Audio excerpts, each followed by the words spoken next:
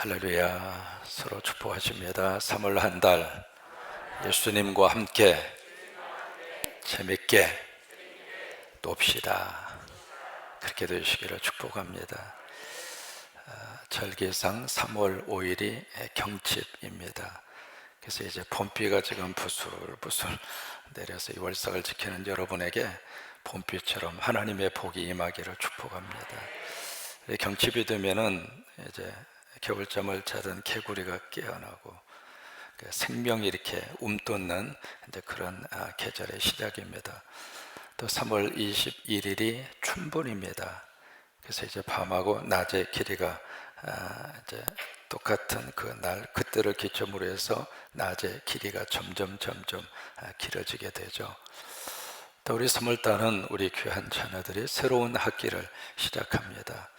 하나님 우리 자녀들에게 만남의 복을 주셔서 좋은 선생님 만나도록 축복하시고 좋은 친구들 만나도록 축복하시고, 그래서 3월 한 달 우리 자녀들이 성장과 성숙의 한 달이 되기를 바라고, 특별히 우리 자녀들의 마음과 생각 속에 하나님이 주시는 꿈으로 꼭 하나님이 주셔서, 이게 우리 자녀들에게 엄청난 하나님의 재능을 주셨는데 그게 언제 이렇게 폭발적으로 성장하느냐면 내 인생의 꿈을 발견할 때, 그러면 참 놀랍게 무섭게 공부하고 무섭게 집중하고 무섭게 뭔가 일을 해냅니다.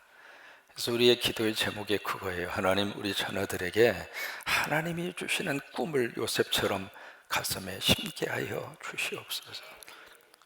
어린 손주들이라 할지라도 그 꿈을 하나님이 심어주시면 그 아이들의 눈빛이 달라지는 거예요. 또 이제 내일이 우리 교회력에 따르면 제의 수요일입니다.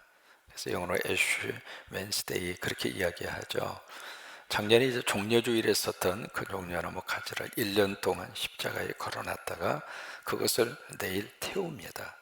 태워서 그것을 재로 만든 다음에 그 재를 가지고 이마에 십자가를 그어줍니다. 그 재라고 하는 것은 몇 가지 의미를 가지고 있거든요. 첫째로 그 재는 고통입니다. 두 번째로 그 재는 바로 회개입니다. 세 번째로 그 재는 인간입니다. 그래서 그 재를 십자가에 이마에 딱 그어주면서 거기서 뭐라고 선포하느냐면 흙에서 왔으니 흙으로 돌아갈지어다. 사람이 말이죠, 이 생명이 끊어지고 목숨이 끊어지면은 참 목회하면서 참 별일을 많이 보거든요.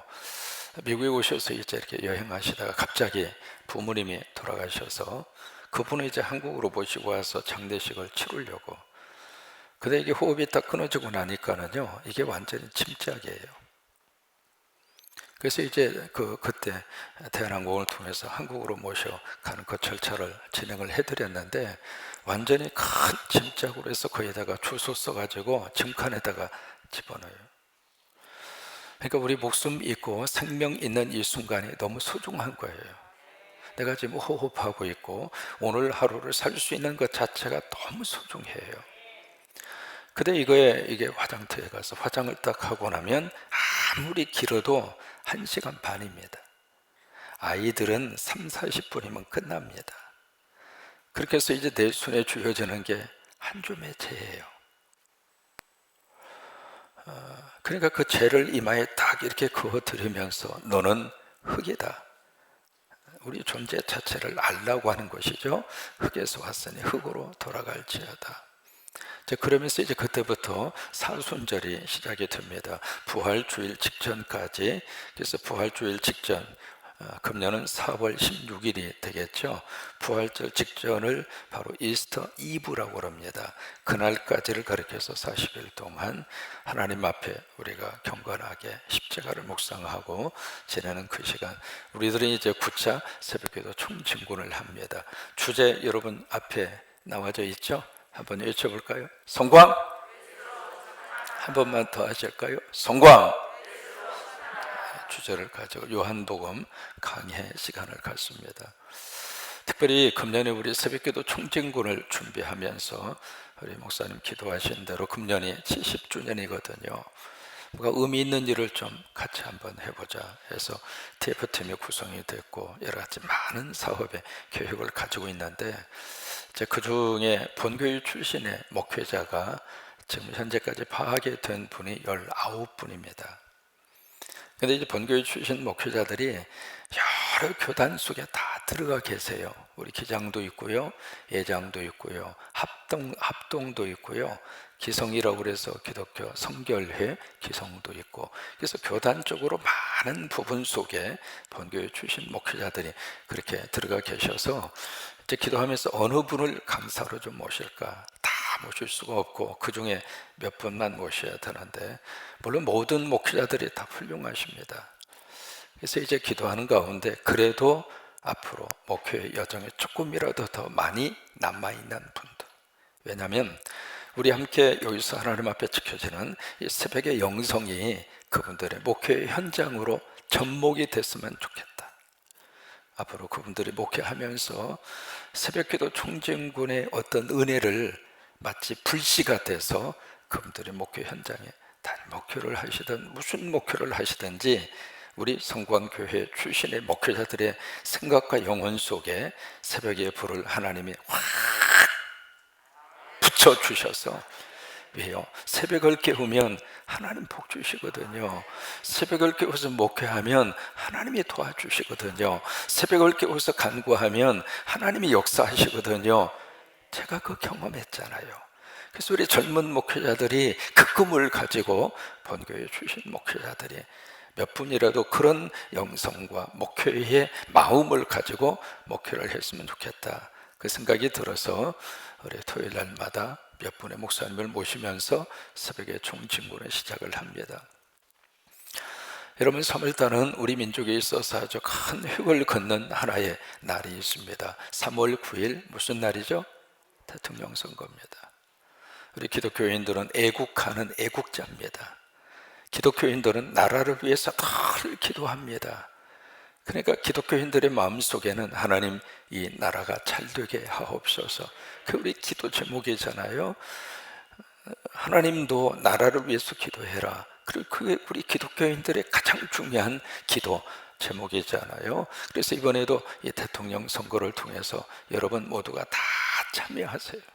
아무리 바쁘시더라도 사전투표도 하실 수 있으니까 금요일도 하셔도 되고 토요일날 하셔도 되고 당일날은 또 빨간 날이잖아요.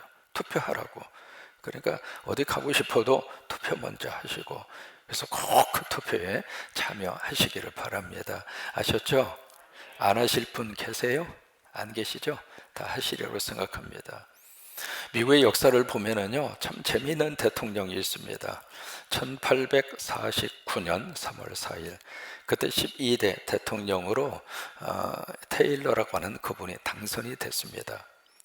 그래서 이제 12대 대통령 취임식을 1849년 3월 4일 그날 취임식을 해야 되는데, 이분이 자기는 그날 취임식을 안 하겠다고. 그날이 바로 무슨 날이냐면 주일입니다. 그래서 주일인데 내가 하나님 앞에 가서 예배 드려야지, 어떻게 나 좋으라고 취임식을 하느냐고. 주일은 하나님에게 포커스를 맞춰야지. 그 주일 내가 한 나라의 대통령이라고 나에게 포커스를 맞춰, 나 그거 안 하겠다.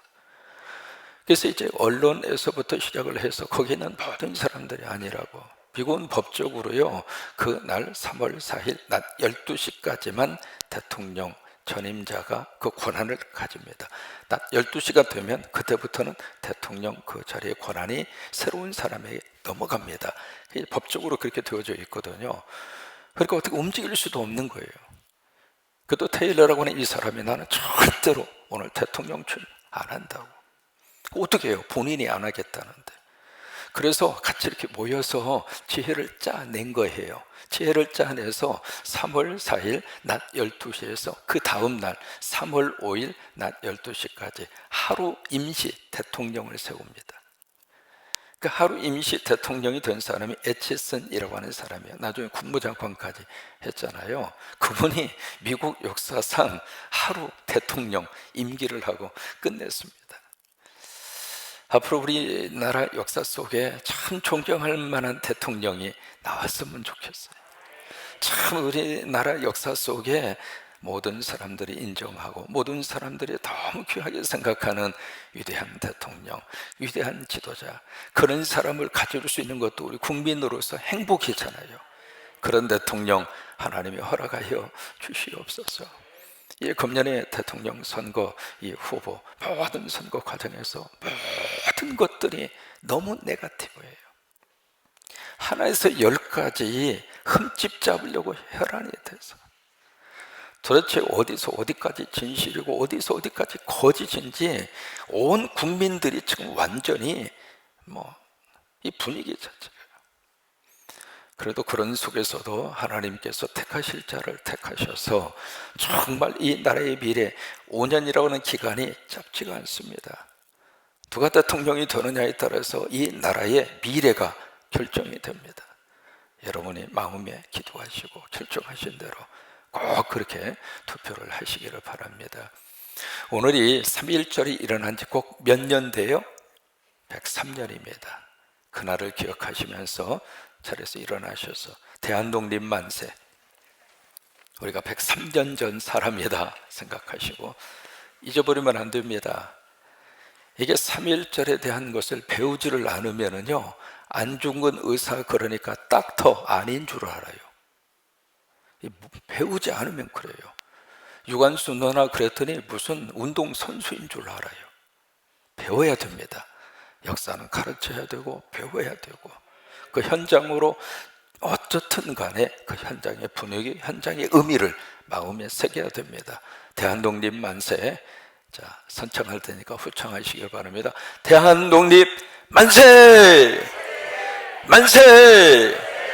만세! 아멘. 네, 앉으십시오. 그 당시에 우리 교회와 성도들이 간절히 드린 기도가 2가지입니다. 첫째는 주여 어느 때까지입니까? 그게 기도였습니다. 이 상태, 이런 상태로 이런 모습으로 우리가 언제까지 살아야 합니까? 하나님 언제까지입니까? 그 당시 교회와 성도들이 모일 때마다 하나님 앞에 통곡하면서 드렸던 기도가 그 기도입니다. 2번째 기도가 어떤 기도냐면 주여 입장을 바꿔놓고 생각하세요. 이게 기도였습니다. 그 기도가 시작이 된 연유가 있습니다. 한경북도에 전도사님 한 분이 교회를 개척해서 교회 목회를 하시는데 이 사모님이 그때 전염병에 장티푸스에 걸렸어요. 그 소식을 듣고 일본의 순사가 와서 잘 됐다 싶어서 거기에 새끼줄을 딱 이렇게 키고 만약에 당신 부인이 전염병으로 발견되는 순간 이 교회당은 불태워버리겠다고. 그러니까 일본 순사 입장으로서는 건수 잡은 거죠. 그래서 이제 엄포를 넣습니다. 순간적으로 전도사님이 아차 큰일 났다, 잘못하다가 이 교회 불태워서 없어지겠구나 그 생각이 들어서 그 순간적으로 순사한테 에이 장티푸스 전염병이 아니고 감기라고. 그러니까 순사가 감기? 아 그래? 그럼 2, 3일이면 낫겠구만. 만약에 나오면 줄치지 않고 그리고 교회당 가만두겠지만 만약에 전염병으로 판명이 나면 이 교회 불태워버리겠다. 그러고 나서 이제 순사가 갔습니다. 간 다음에 이 전도사님이 뭐가 땡길까요? 똥줄이 땡긴 거예요. 그때부터 이제 엎드려서 막 하나님 앞에 울면서 기도하는 거예요. 하나님, 만약에 내 아내 산모가 이게 낫지 않으면 하나님도 그러고 나도 그러고 우리 교회도 그러고 이게 완전히, 그러면서 막 울부짖으면서 드렸던 기도가 하나님 입장 바꿔놓고 생각하세요. 바꿔놓고 생각하세요. 입장 바꿔놓고 생각하세요. 그래서 막 통곡하고 기도한 거예요. 하나님이 내 입장이라면 하나님은 어떻게 하겠느냐고. 그래서 막 그렇게 기도를 했는데 2, 3일 만에 그 사모님의 장티푸스 전염병이 나은 거예요. 깨끗이 치료된 거예요. 부르짖으면 하나님이 들으셔요. 월삭을 지키고 살면 한 달 동안 하나님 도와주세요.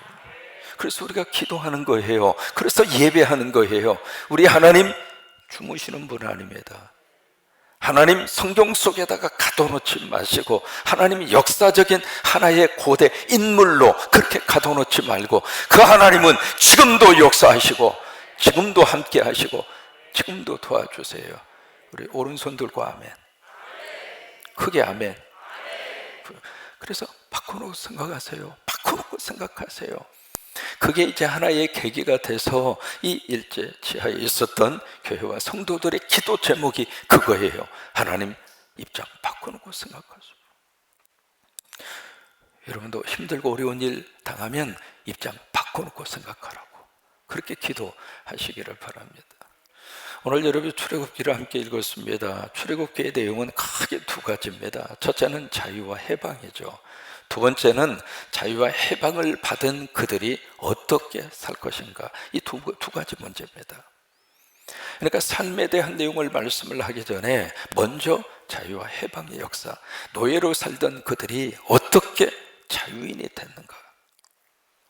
참 기가 막힌 역사의 사실을 다루고 있는 것이 바로 출애굽기입니다. 그래서 이스라엘의 민족의 입장으로서는 출애굽기는 너무 그들이 귀하고 사랑하는 성경이 출애굽기입니다. 마치 우리가 광복절, 꿈에도 그리던 광복절 잊을 수가 없잖아요.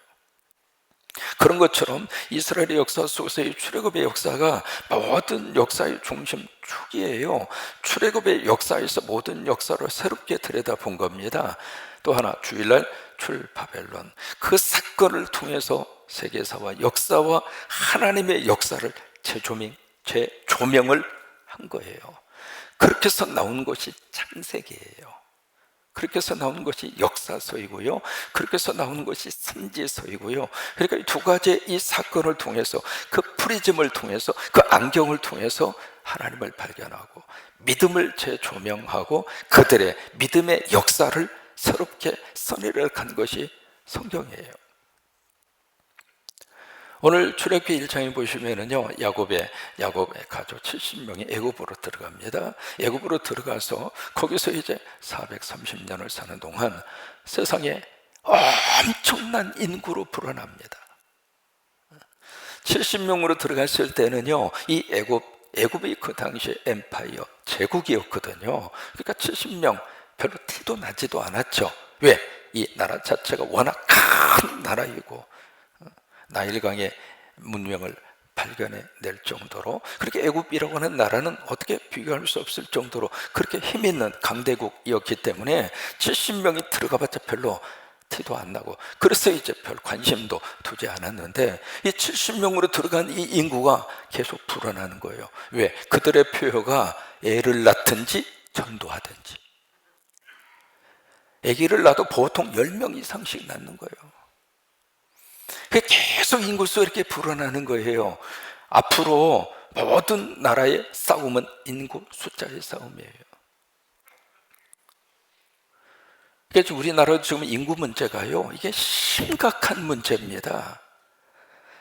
농담처럼 들릴지 모릅니다만은 애 낳아라, 이게 보통 일이 아닙니다. 왜? 안 낳으려고 그러고, 그리고 나오려고 하는 사람이 점점 줄어들잖아요. 멀리 갈 필요 없잖아요. 여러분 주변들 보세요.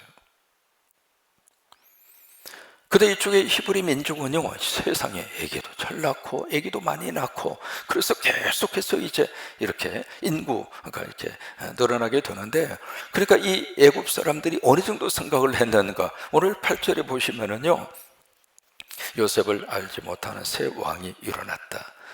이 애굽의 15대에서 16대, 17대까지는 요셉에 대해서 모두가 알고 있었습니다. 그 통치자들이 요셉이 어떤 인물인가, 요셉이 우리나라에 와서 무슨 일을 했는가, 그것을 알고 있었어요. 그래서 15대, 16대, 17대 국왕들은 이 요셉의 이 역사의 사실을 알고 있었는데, 새로운 왕이 등장을 한 거예요. 누구냐면 투트모세 2세입니다. 새로운 정권이 들어와서 이렇게 딱 보니까 이 히브리 민족, 이 이스라엘 민족이 너무 큰 거예요. 너무나 큰 인구로 그렇게 발전이 된 거예요. 그래서 그 모습을 보고 여기에 뭐라고 지금 구절에서 이야기하고 있는가.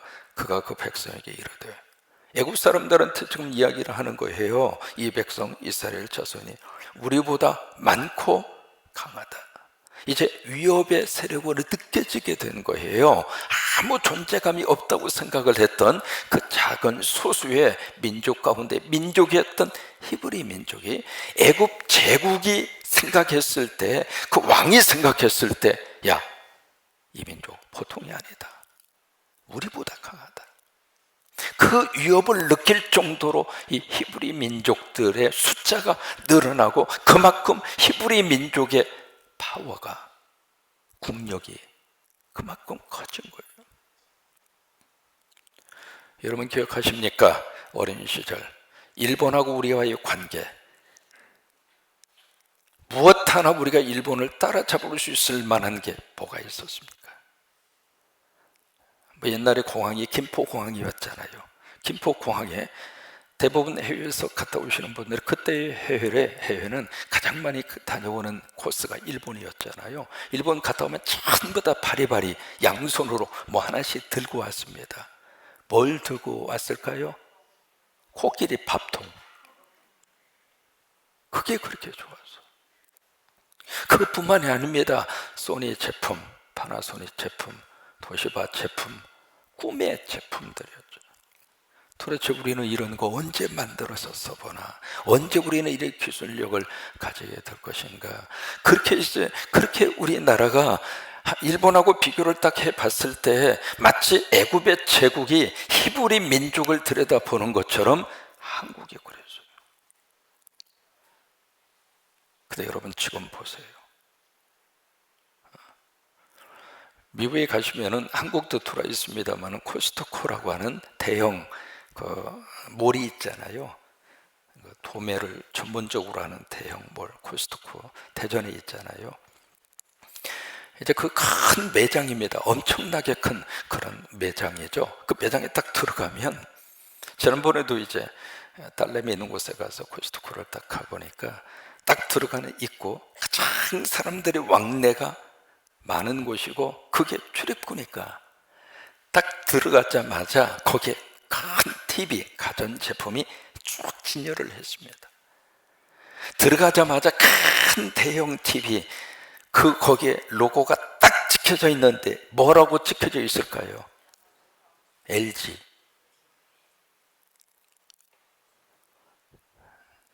내 딸내미 집에 가서 모든 전자제품이 다 LG야. 세탁기도 LG고 전부 다 LG. 거기에 말이죠, LG TV가 큰 게 있고 또 나란히 삼성이 있고, 그 다음에 쭉 가서 보니까 일본 소니는 저 뒤에 보일락 말락한데 그게 한국입니다. 이제는 위협을 느낄 만할 정도로 하나님께서 히브리 민족을 키워주시고 그 민족이 그렇게 잘 된 것처럼 하나님이 우리 민족을 그렇게 축복하십니다. 이거 우리가 잊어버리면 안 됩니다. 또 하나, 이것 우리가 교만하게 생각하면 안 됩니다. 그래서 엄청날 정도로 이 백성들의 숫자가 늘어난 거예요. 우리가 영적으로도 하나님 앞에서 구원받는 백성이 많아지면 영적으로도 그들은 위기감을 느낍니다. 일본이 죽었다 깨어나도 따라오지 못하는 거 하나 있습니다. 그것이 바로 뭐냐면 전 세계적으로 하나님의 이름으로 파송받은 선교사님들. 일본 사람들이 그렇게 할 수 있을 것 같아요. 하나님께서 우리 민족에게 특별한 그 은혜를 주신 거예요. 그래서 우리 선교사님 한 분 한 분은 너무 귀한 분들입니다. 헝가리에 가 있는 우리 최종관 선교사님 가정 얼마나 귀한지 모릅니다. 외교관에 가서 하는 것 그 이상으로요, 나라를 위해서도, 하나님 나라를 위해서도 너무 귀한 일을 하고 계시는 거예요. 이게요, 전 세계적인 선교사님들의 네트워크망은 한국의 재산 중에 최고의 재산입니다. 그러니까 이 알지 못하는 이 세력이 일어나서 위기감을 느끼는 거예요. 여러분들이 예수님 안에서 복 받으시잖아요. 그러면 여러분 곁에 알지 못하는 사람들이, 그 세력들이 위기감을 느끼면서 공격하는 사람들이 있어요. 우리 항상 그거 영적으로 깨어서 그거 인식하고 살아야 돼요. 그러면서 여기에 무슨 정책을 지금 펴느냐면 10절에 보시면 전쟁이 일어나면 우리 대적하고 이 땅에서 쑥 하고 빠져나갈까 걱정이 돼서 거기 11절에 보시면 큰 여기에 국책 사업을 일으킵니다. 국책 사업을 일으켜서 이게 국고성 비돔과 라함셋을 건축하는 그 일을 하는 거예요.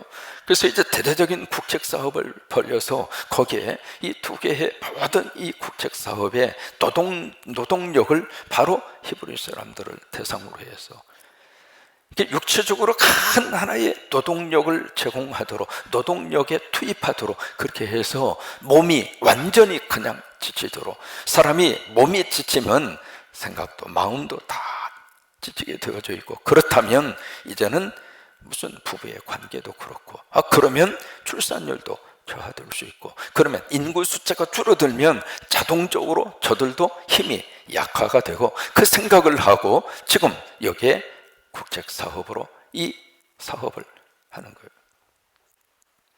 그래서 이제 노동력을 다 해서 강제 노동하고 핍박하고 그 막 노역을 그렇게 시키는데, 참 묘한 게 그럴수록 12절에 보시면은 함께 있습니다. 그러나는 크게 한번 읽으실까요? 시작. 조금 더 한번 11절 12절에 완전히 여기서 반전이 일어나는 거예요. 그러나 참 이게 믿음 안에서 하나님이 주시는 거룩한 하나님의 복입니다. 인류의 역사는 11절로 끝나지만 핍박받고 고통받으면 사람은 거기서 체포자기하고 끝내버리는데, 믿음의 사람은 참 묘하게도 끝날 것 같은데 그 속에서 꾸역꾸역 일어나더라 이 말이에요. 왜? 그러나가 있으니까. 그러나 12절에 그러나 하면서 한번 읽습니다. 시작. 그러나 학대를 받을수록 더욱 번성하여 퍼져나가니 애굽 사람이 이스라엘 자손으로 말미암아 근심하여 참 기꺼이. 그래서 완전히 육체적인 노동의 끝판까지 내려가도록 그렇게 시키면 더 이상 인구도, 더 이상 이 민족도, 그런데 학대를 받을수록, 이게 남자들이 가서 막 그 근육, 육체 노동을 그렇게 하다 보니까 이게 따로 체육관에 가서 근육 운동할 필요가 없는 거예요. 전부 다 람보가 돼 있어. 근육이 불룩불룩 막 힘이 막 넘쳐나고, 여성들도 가서 막 일을 하다가 보니까 이게 역도선수 장미란 저리 가라 할 정도로 허벅지가 막 이런, 그러니까 애를 더 잘 낳는 거예요. 이 멕시칸 사람들이 캘리포니아 지역에 많이 와서 살고 있습니다. 멕시칸 여자들은요, 임신했는지 안 했는지 구별이 참 어렵습니다. 왜? 몸집이 참 좁습니다. 그러니까 앞에가 나왔는지 들어갔는지 확인이 잘 안 돼요. 어느 날 보면 애기 안고 다녀요.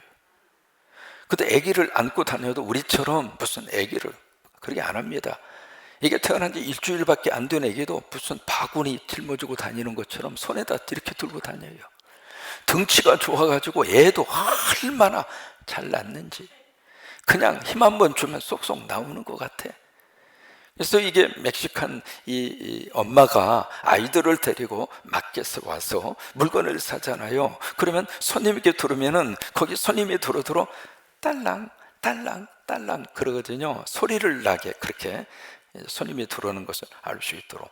이게 멕시칸 이 엄마가 아이들을 데리고 오면 딸랑 해서 이렇게 보면 엄마가 들어와요. 그 다음에 딸랑 하면 그 다음에 또 들어오고, 딸랑 또 들어오고, 딸랑 또 들어오고, 딸랑 또 들어오고, 애를 그렇게 많이 낳는다 이 말이에요. 캘리포니아만 하더라도 이미 백인들은 소수민족입니다. 멕시칸이 50%가 넘어섰습니다. 미국 사회도 앞으로 몇 년 후에는 백인들이 소수민족이 됩니다. 그러니까 이게 막 누르면 끝날 줄로 알았는데 누르니까 더 크게 나오는 거예요. 여러분, 그 원리가 어디에서 우리에게 주어지는 것인가? 하나님 때문에 그렇습니다. 인간의 역사는 누르면 끝납니다. 그런데 하나님이 함께 하시니까 마치 용수철과 같은 원리죠. 한국의 겨울철에 우리 추억이 있을 겁니다. 그때 이제 뭘 했느냐면 보리밭을 일렬로 쭉 서서 거기다가 흙을 뿌린 다음에 일렬로 서서 뭘 했는가? 보리밥기를 했어요. 보리를 밟으면 죽고 끝날 줄 알았는데 밟아주니까 이게 더 튼튼해지고 더 싱싱해지고 더 열매가 많이 맺히더라는 거예요. 12절을 다시 한번 읽습니다. 그러나를 크게 읽으시면서 시작. 그러나 학대를 받을수록.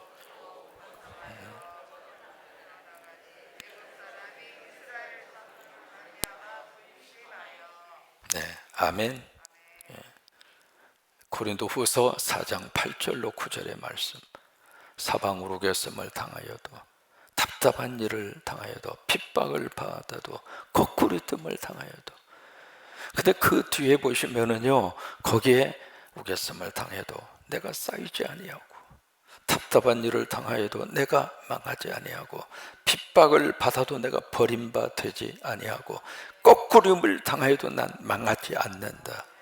왜 그런 줄 알아요?